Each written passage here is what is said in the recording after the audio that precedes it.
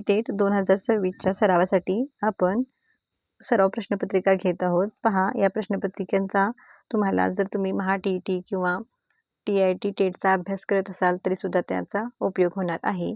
त्याचबरोबर इतर कोणत्याही स्पर्धा परीक्षेची जर तुम्ही तयारी करत असाल तर नक्की ह्या प्रश्नपत्रिकांचा सराव तुम्हाला उपयोगी होणार आहे. चला तर पाहूया. या ठिकाणी पहा, पॅरेग्राफ दिलेला आहे आणि तो पॅरेग्राफ वाचून प्रश्नांची उत्तरे लिहायची आहेत. या पॅरेग्राफमध्ये एकच प्रश्न विचारण्यात आलेला आहे. तर टेटमध्ये 4 ते 5 प्रश्न विचारण्यात येतात. नंतर 2 पॅरेग्राफ दिले जातात. तर आणि आपल्या महा TETमध्ये अशा प्रकारचे क्वेश्चन पेपर येते. म्हणजे छोटासा पॅरेग्राफ देऊन 2-3 क्वेश्चन विचारले जातात.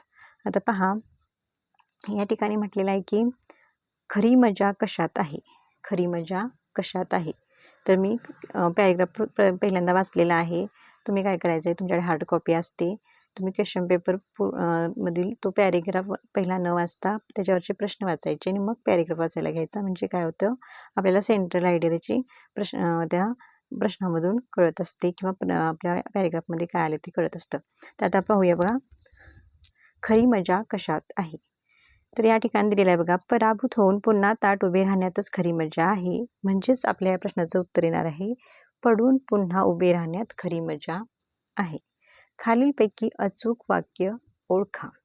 गणूने धनूला पुशारकी मारली. अभिजितने काल पुशारकी खाल्ली.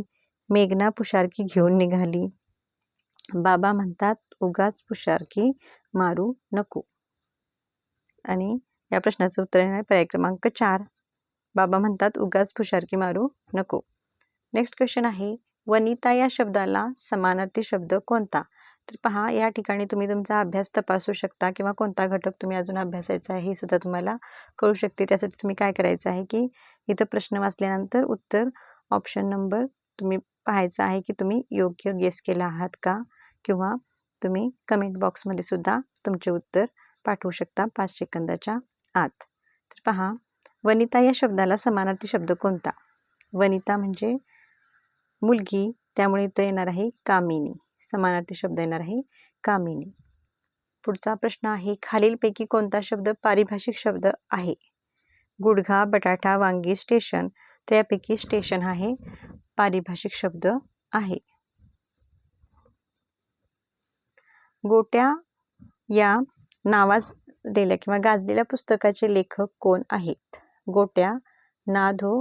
ताम्हणकर. पर्याय क्रमांक 3.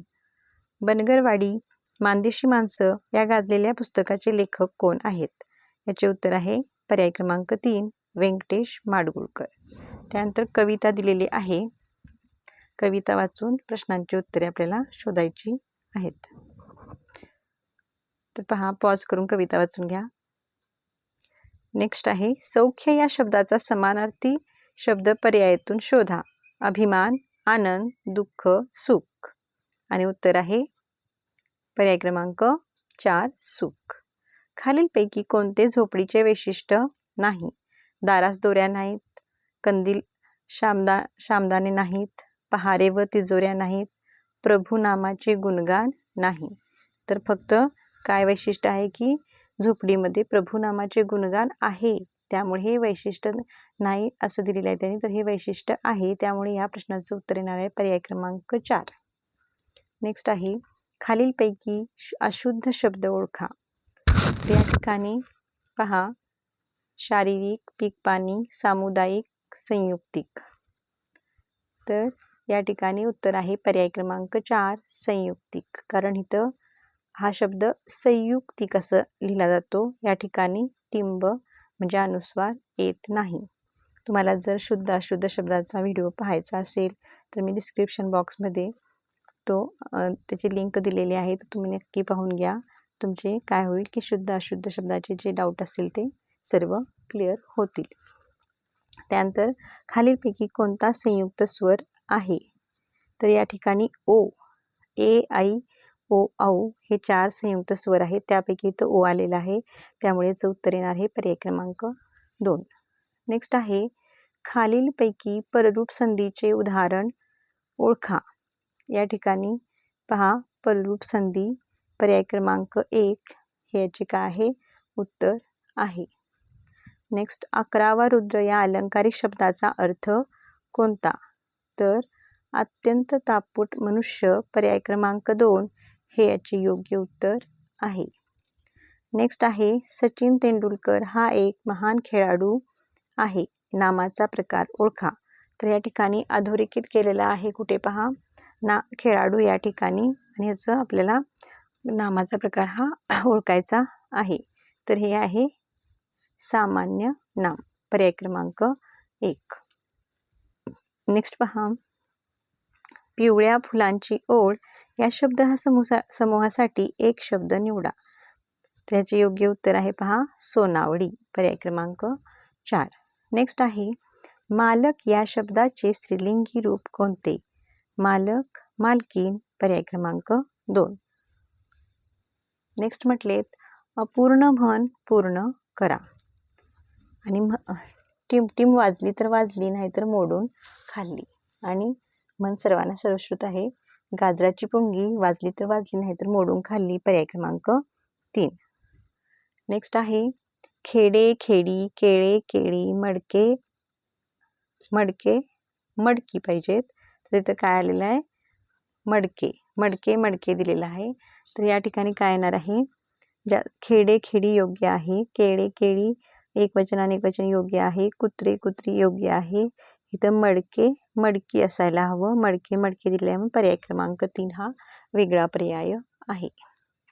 नेक्स्ट या ठिकाणी पहा सुसंगत वाक्याचा परिच्छेद तयार करा. म्हटलेत कलेशिवाय जीवन टिमटिम असते म्हणून प्रत्येकाने टिमटिमची साधना केली पाहिजे. तर कलेशिवाय जीवन हे रटाळ असते म्हणूनच प्रत्येकानं कलेची साधना केली पाहिजे पर्याय क्रमांक 4. नेक्स्ट आहे अधोरेखित शब्दाची विभक्ती ओळखा. उन्हात बसू नका. उन्हात आत तई आत म्हणजे हा सप्तमी विभक्तीचे काय आहेत हे प्रत्यय आहेत. त्यामुळे या ठिकाणी पर्याय क्रमांक 2 हे योग्य उत्तर आहे. खालीलपैकी कर्मणी प्रयोगाचे वाक्य ओळखा. कर्मणी प्रयोगाचे वाक्य ओळखायचे आहे. वाळलेली पाने टपाटपा पडली. लोकांना महाराजांचा आधार होता. मी ईमेल पाठवला. वहिनींची वेल आनंदली. तर या ठिकाणी योग्य उत्तर आहे पर्याय क्रमांक 3 मी ईमेल पाठवला. नेक्स्ट खालील वाक्याचा प्रकार पर्यायातून शोधा. विद्यार्थ्यांनी प्रार्थना म्हणावी. विद्यार्थ्यांनी प्रार्थना म्हणावी आणि याचे योग्य उत्तर आहे पर्याय क्रमांक 1 आज्ञार्थी वाक्य. नेक्स्ट पहा खालीलपैकी अपूर्ण भविष्यकाळी वाक्य शोधा. पर्याय आहेत मालिनी आंबा खाईल. मालिनीने आंबा खाल्ला असेल. मालिनी आंबा खात जाईल. मालिनी आंबा खात असेल. आणि योग्य उत्तर आहे पर्याय क्रमांक 4 मालिनी आंबा खात असेल. अलंकार मना चंदना परी त्वा झिजावे परी अंतरी सज्जना निववावे. यापैकी अलंकार ओळखायचा आहे. यमक उत्प्रेक्षा उपमा की श्लेष. तर या ठिकाणी पहा झिजावे निववावे इथं हा यमक अलंकार आहे पर्याय क्रमांक 1. अक्षरगण व मात्रा हे टिमटिमचे प्रकार आहेत. अक्षरगण व मात्रा हे वृत्ताचे प्रकार आहेत पर्याय क्रमांक 3. अशा प्रकारे आपण 25 प्रश्नांचा सराव घेतलेला आहे. तुम्हाला किती जमले नक्की कमेंट करा आणि शुद्ध अशुद्ध शब्दाचा व्हिडिओ पाहायला विसरू नका. त्यामध्ये सर्व नियम आणि खूप सारी उदाहरणे मी तिथं दिलेली आहेत. व्हिडिओ आवडला लाईक करा. तुमच्या मित्रमैत्रिणींना शेअर करा. All the best. थँक्यू.